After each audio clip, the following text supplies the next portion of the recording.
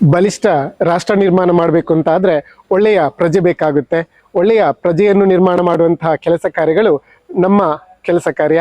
ಯಾಕೆಂತ ಹೇಳಿದರೆ, ಒಂದು ಒಳ್ಳೆಯ ವಿದ್ಯಾರ್ಥಿ ಆಗಬೇಕು ಅಂತ ಆದರೆ, ಒಳ್ಳೆಯ ಪ್ರಜೆ ಆಗಬೇಕು ಅಂತ ಆದರೆ ಮಕ್ಕಳಿಂದ ನಾವು ಅವರಿಗೆ ಒಳ್ಳೆಯ ಶಿಕ್ಷಣವನ್ನು ನೀಡಬೇಕು.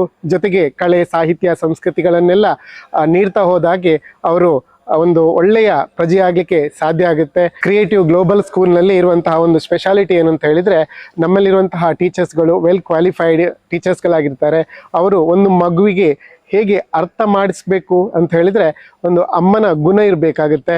ಹಾಗಿದ್ರೆ ಮಾತ್ರ ಆ ಮಗುವಿಗೆ ಅರ್ಥೈಸಿ ಓದಿಸ್ಲಿಕ್ಕೆ ಮಾತ್ರ ಸಾಧ್ಯ ಆಗ್ತದೆ. ಕ್ವಾಲಿಫೈಡ್ ಆ್ಯಂಡ್ ಎಕ್ಸ್ಪೀರಿಯನ್ಸ್ ಟೀಚರ್ಸ್ ಕೂಡ ನಮ್ಮಲ್ಲಿದ್ದಾರೆ.